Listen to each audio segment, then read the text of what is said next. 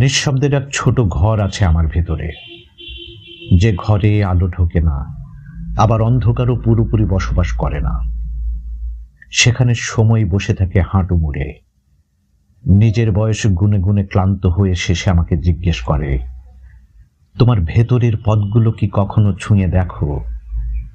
আমি উত্তর দেই না, কারণ পথগুলো ছুঁতে গেলে আমার নিজের ভাঙা প্রতিচ্ছবিগুলোর উপর দিয়ে হাঁটতে হয়, আর প্রতিচ্ছবি সবসময় সত্য বলে না।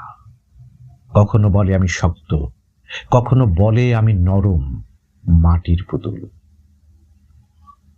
তবু সেই ঘরটায় প্রতিদিন ঢুকি, কারণ সেখানে এক অদ্ভুত বাতাস থাকে, যা আমার নাম উচ্চারণ না করেও আমাকে মনে করিয়ে দেয় আমি এখনো অসম্পূর্ণ, আর তাই আমি এখনো জীবিত। জীবন কখনো আমাকে আশ্বাস দেয় না, শুধু দেখিয়ে দেয় যে অসম্পূর্ণতার মাঝেও একটা নিঃশব্দ আলো আছে, যা আগে কেউ লেখেনি। আমি যেদিন থাকবো না আর এই পৃথিবীতে, সেদিনই হয়তো নিজেকে পুরোপুরি নতুনভাবে চিনে নেব।